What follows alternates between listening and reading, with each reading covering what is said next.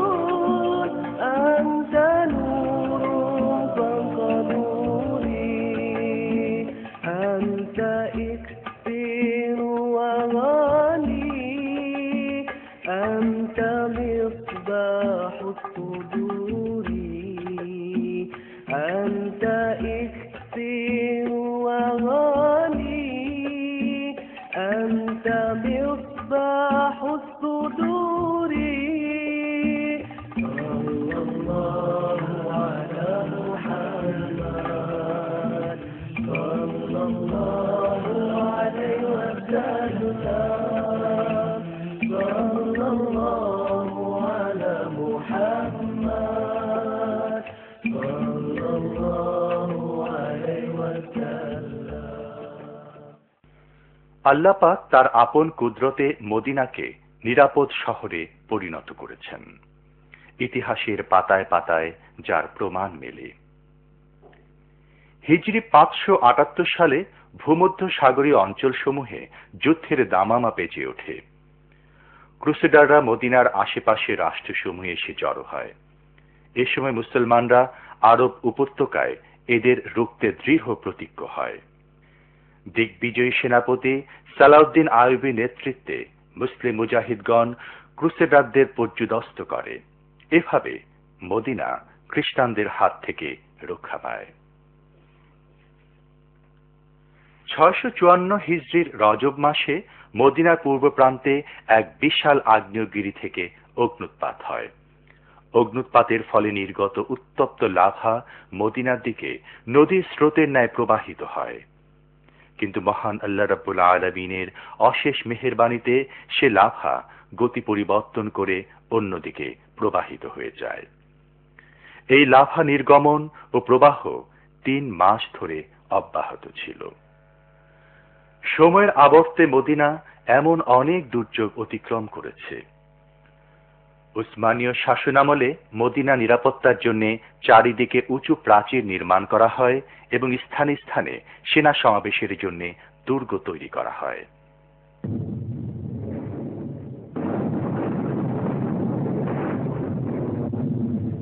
1334 হিজরিতে প্রথম বিশ্বযুদ্ধের সময় অটোমান সাম্রাজ্যের শাসকরা মদিনা সুরক্ষার জন্য ব্যাপক পদক্ষেপ গ্রহণ করেন। ফলে কিছু সামরিক বাহিনীর দৃষ্টি এই নগরীর উপর পড়লেও পরে তারা পিছিয়ে যান।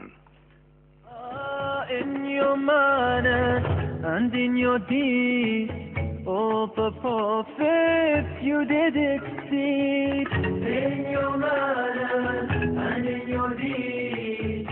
All the prophets you did exceed in your manners and in your teeth. Oh, the Prophet, you did exceed. Allahumma salli ala al-Mustafa. Allahumma salli ala al-Mustafa. Mustafa, Mustafa, Mustafa. Mustafa, Mustafa, Mustafa.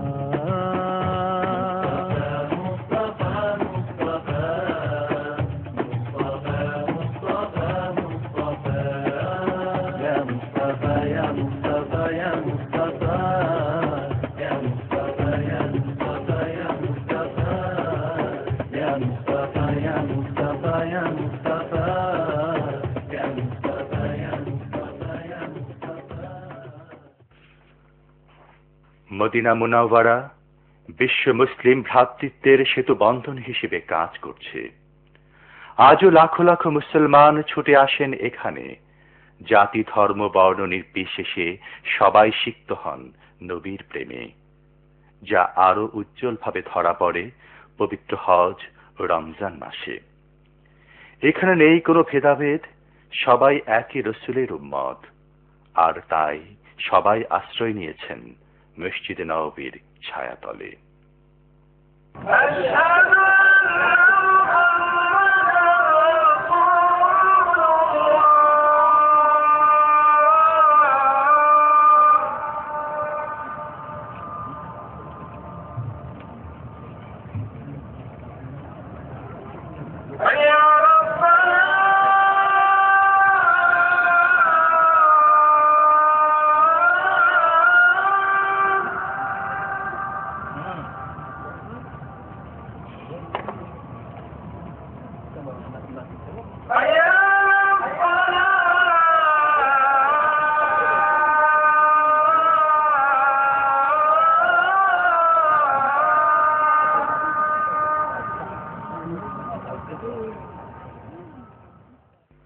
রাসূল করিম সাল্লাল্লাহু আলাইহি ওয়াসাল্লাম আমাদের মাঝে নেই, কিন্তু তার স্মৃতিচিহ্ন আজও পৃথিবীতে বর্তমান। মক্কা মদিনা ছাড়াও মিশর, তুরস্ক সহ অন্যান্য দেশেও রয়েছে তার প্রমাণ। আজ মুসলিম উম্মাহ এগুলো বুকে ধারণ করে আছে, সযত্নে সংরক্ষণ করছে ভবিষ্যৎ প্রজন্মের জন্য। নবী মুহাম্মদ সাল্লাল্লাহু আলাইহি ওয়াসাল্লামের জীবন আর পবিত্র কোরআন একই সুতায় গাঁথা। রাসূল পাক সাল্লাল্লাহু আলাইহি ওয়াসাল্লামের প্রতি ভালোবাসা সার্থক হবে যদি আমরা কোরআনের আলোয় আমাদের জীবনকে আলোকিত করি। মহান রব্বুল আলামিন আমাদের সে তৌফিক দান করুন, আমিন। রাসূলুল্লাহ